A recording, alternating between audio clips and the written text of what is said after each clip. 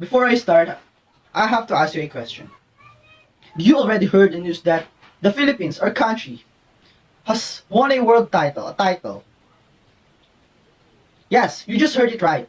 The Philippines, our country, our motherland, the Pearl of Orient, has won a title of one of the countries in the whole world with the longest lockdown due to the coronavirus disease pandemic. It's funny, right? But the story is too serious.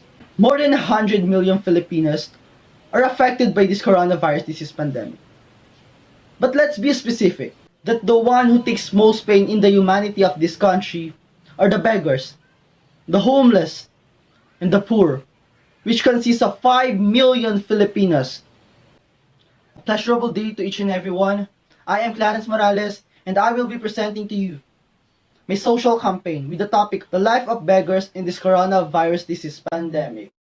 As I say, these people, or the beggars, are from the Merriam-Webster, the people who begs. Who begs for what?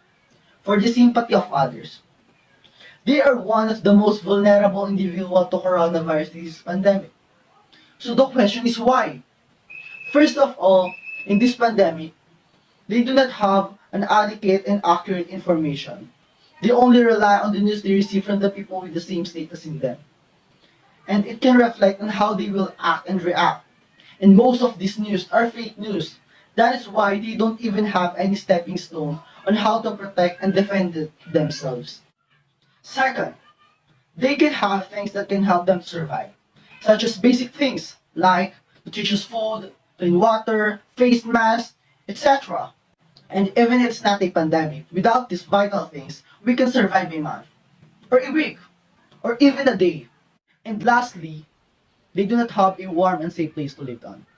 Most of them lives only on the sidewalks, where people usually use it as their transportation.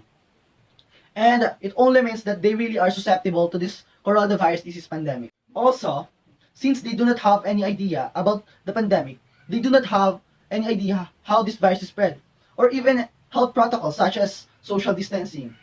And its effect to our community are more coronavirus disease cases, high mortality rate, high inflation rate, and a high criminal rate.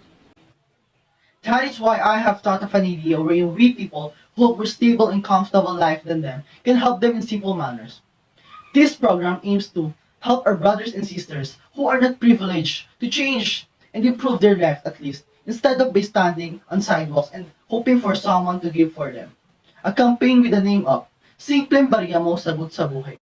This project aims to help the beggars and homeless people in this time of pandemic in slums area near Monumento, Caloocan, and unite the community to join hands and live a healthy and prosperous life during and after this pandemic.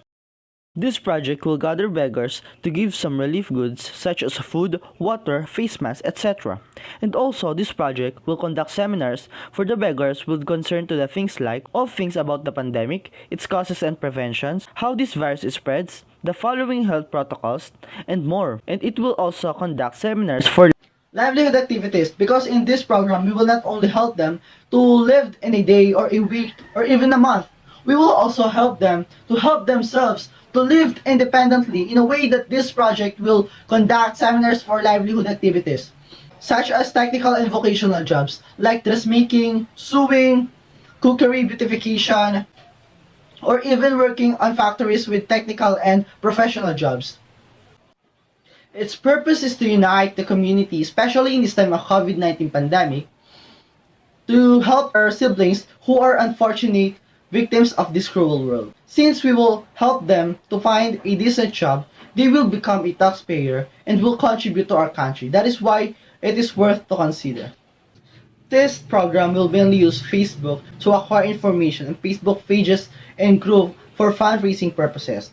We will also try to find and consult people such as Bill Felizan, who became a popular figure because of the television program MMK o Maalaala Mo Kaya, which also used to live in slums and now became a policeman, which has a more stable life than before.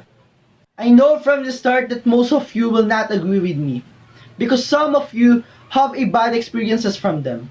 But in this time, they really are helpless. We need to link our hands together and fight this together. And in order to help them, I convince you, I encourage you, and I persuade you to support the program of R.